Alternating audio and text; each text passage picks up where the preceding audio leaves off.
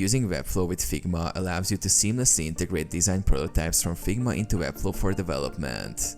Here's how to use Webflow in Figma. Design in Figma. Create your website or app design in Figma, ensuring it's pixel perfect and includes all necessary elements, layouts, and interactions. Prepare for export.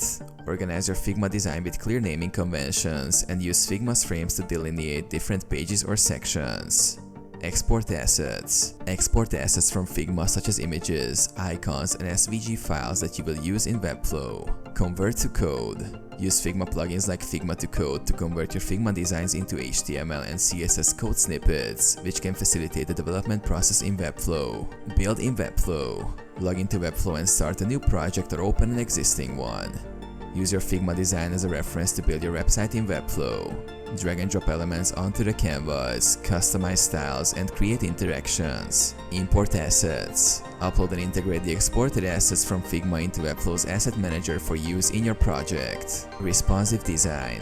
Ensure your design adapts seamlessly to different screen sizes using Webflow's responsive design tools. Preview and publish.